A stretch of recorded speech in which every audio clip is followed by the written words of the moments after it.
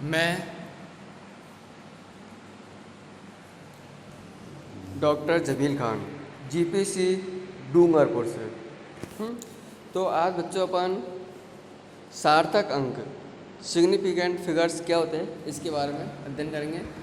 इससे पहले अपन क्या है एरर्स के बारे में पढ़ चुके हैं अपन पास। तो ये अपन क्या है फर्स्ट यूनिट है, उसका लास्ट टॉपिक है सार्थक अंक क्या होते हैं इनके बारे में देखना हम।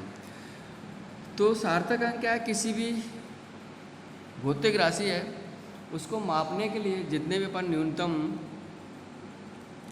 अंकों में व्यक्त कर सकते हैं उसी को अपन क्या है सार्थक अंक दें। जितने अंकों से किसी राशि को निश्चित रूप से व्यक्त किया जा सकता है उनकी संख्या को सार्थक अंक की संख्या कहते हैं। जितने अंकों से किसी राशि को निश्चित रूप से व्यक्त किया जा सकता है उनकी संख्या को सार्थक अंकों की संख्या कहते हैं। किसी संख्या में से दशमलव चिन्ह हटाकर बाईं ओर के शून्य को छोड़कर जो संख्या प्राप्त होती है उसके अंकों की संख्या सार्थक अंक कहलाती है। यदि उसमें दशमलव अंक हटा दो और उसके बाईं ओर के शून्य को हटा दो तो सभी अंकों की संख्या वो सार्थक अंक कहलाते हैं। सार्थक अंकों की संख्या ज्ञात करने के लिए कुछ नियम से हमारे पास, उन नियमों को अपन फॉलो करके क्या है सार्थक अंक के बारे में अपन ज्ञात कर सकते हैं। जैसे सभी अशून्य सांक सार्थक अंक होते हैं। सभी अशून्य अंक सार्थक अंक होते हैं। जैसे राशि x बराबर 8696 8696, तो इसमें कितने अंक है 4, तो सार्थक अंकों की संख्या कितने होगी 4। जैसे राशि x बराबर 636 में कितने अंक है 3, तो क्या है सभी 3 हो गए, सार्थक अंकों की संख्या कितने होगी 3, क्योंकि इससे सभी अशून्य मतलब कोई भी शून्य नहीं है। ओके, द्वितीय नियम है मेरे पास दो अशून्य अंकों के मध्य आने वाले सभी शून्य अंक सार्थक अंकों की संख्या है। जैसे दो अशून्य अंक है उनके बीच में जितने भी शून्य आते हैं उन सबको अपन क्या है इंक्लूड कर लेते हैं। जैसे राशि x बराबर 2003, 2 और 3 के बीच में जो शून्य है उनको भी अपन इंक्लूड कर लेंगे तो कितने हो गए इसमें 4 अंक। 2.02304 में कितने हैं 6 अंक है।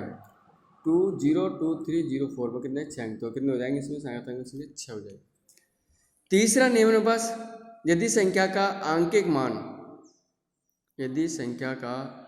मान 1 से कम हो तो दशमलव के दाहिनी ओर तथा अशून्य अंकों के बाईं ओर शून्य सार्थक अंक नहीं होते।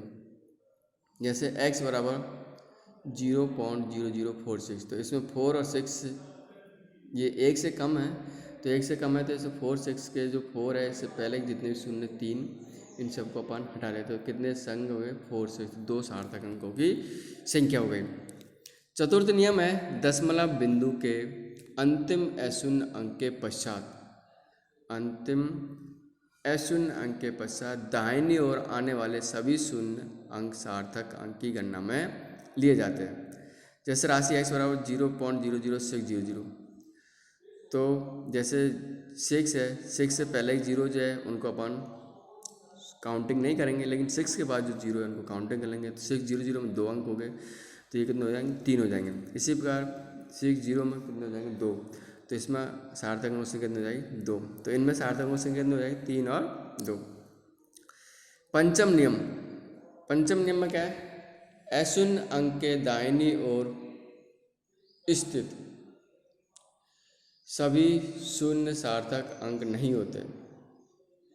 अशून्य अंक के दाहिनी ओर स्थित सभी शून्य सार्थक अंक नहीं होते। जैसे x बराबर 2 0 0, तो 2 के बाद जितनी भी 0 है सार्थक अंक नहीं होती है। 4 6 5 0 0 में सार्थक अंकों से कितने 1 और 3 हो जाएगी। इसके बाद है षष्ठम नियम, किसी भौतिक राशि के मापन से प्राप्त राशि में दशमलव की स्थिति बदलने से सार्थक अंकों की संख्या नहीं बदलती। वैसे वालों दशमलव की स्थिति बदल दी अपन ने तो सार्थक अंकों की संख्या नहीं। जैसे संख्या 6.456 या 64.56 या 645.6 या 6456 प्रत्येक स्थिति में सार्थक अंकों की संख्या ही कितनी रहेगी उनके पास? 4 ही रहेगी। तो यदि दशमलव है उसको अपन चेंज कर दो तो इससे क्या कोई भी फर्क नहीं पड़ता है, सार्थक अंक की संख्या उतनी रहती है। किसी भौतिक राशि के मापन में प्राप्त 10 की घातों को 10 की घातों को सार्थक अंकों में नहीं गिना जाता है। किसी भौतिक राशि के मापन में 10 की घातों के सार्थक अंकों में नहीं गिना जाता। जैसे x बराबर 2.3 गुना 10 की घात 10 में सार्थक अंक कितने हैं? 2। 2.3 गुना 10 की घात, तो सार्थक 2 और 3 में कितने 2 होंगे, तो सार्थक अंकों की संख्या कितनी होगी? 2 होगी। तो इसमें सार्थक अंकों की संख्या कितनी होगी मेरे पास? 2 होगी। ओके, इसके बाद है अष्टम नियम। अंतिम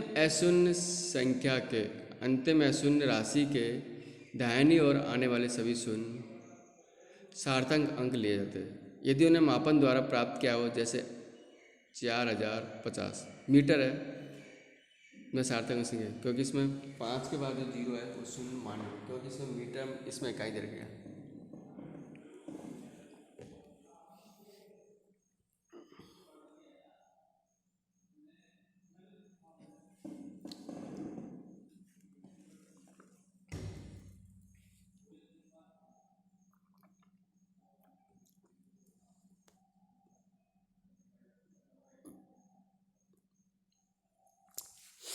ओके, इसके बाद देखो सार्थक अंकों की गणितीय संक्रिया, मतलब जोड़, बाकी, गुणा, भाग, संख्याओं के जोड़, व्यकलन, भाग, गुणन प्रक्रिया के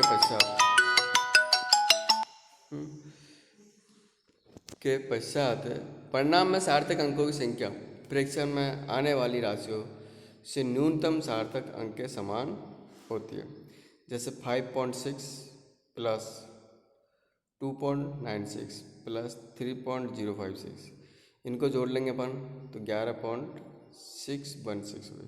लेकिन इसमें न्यूनतम अंक कितने? 5, 6 में 2 है, तो इसलिए न्यूनतम सार्थक अंक 2 है, तो 2 अंकों तक ही इसको अपन बस ले सकते हैं। बस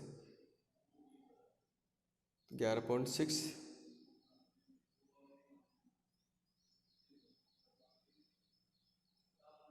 है ना, 12.596, 12.5, तो ये अपन पास कितना गया? 0.09, तो 0.1। तो इनमें क्या है, सब में न्यूनतम 2 सार्थक अंक है, तो इतने तक अपन इसको राउंडिंग फिगर में कर सकते हैं बस। ओके,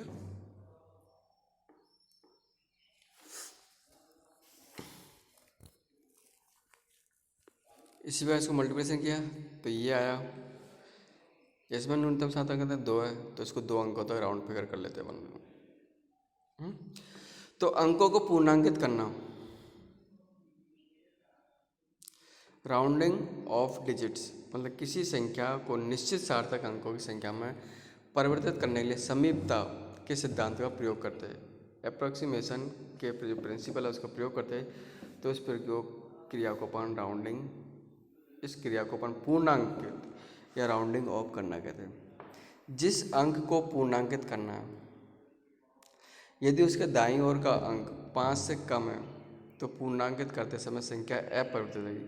जैसे 15.43 में 4 को अपन पूर्णांकित करना है, तो 4 के बाद अंक कितना? 3 है, तो 3 5 से कम है, तो इसको ऐसे कैसे रख दें? तो 15.4 ही रहेगा।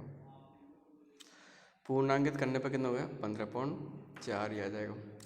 द्वितीय नियम है कि हमारे पास जिस संख्या को पूर्णांकित करना है, यदि उसके बाद आने वाला अंक 5 से अधिक है तो पूर्णांकित करने वाले अंक में 1 जोड़ दिया जाए।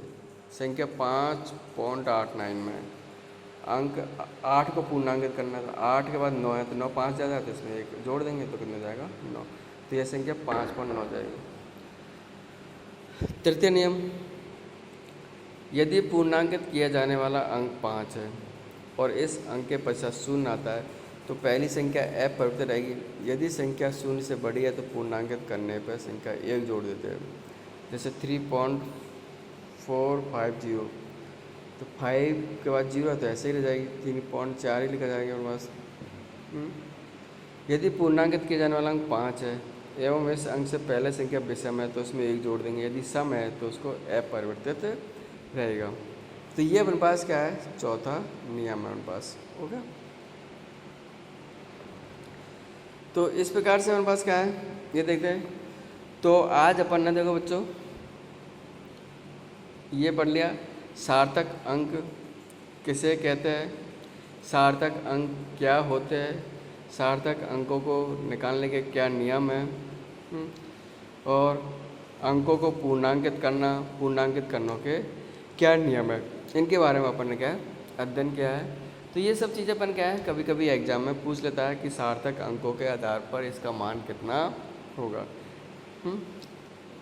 तो इनमें कोई प्रॉब्लम नहीं है, ये सिंपल से नियम है, इनको अपन याद रखने और याद रखने के अपन इनका सार्थक अंकों की संख्या ज्ञात कर सकते हैं। और कभी कभी अपन को क्या है जो आंसर है वो राउंड फिगर में पूछा जाता है पूर्णांक में, तो अपन इसको क्या पूर्णांक भी कर सकते हैं, उनके पास है उनके पास। तो आज का चैप्टर मेरे पास ये फिनिश है अपनी। अब ये क्या है पहली यूनिट कंप्लीट हो गई है।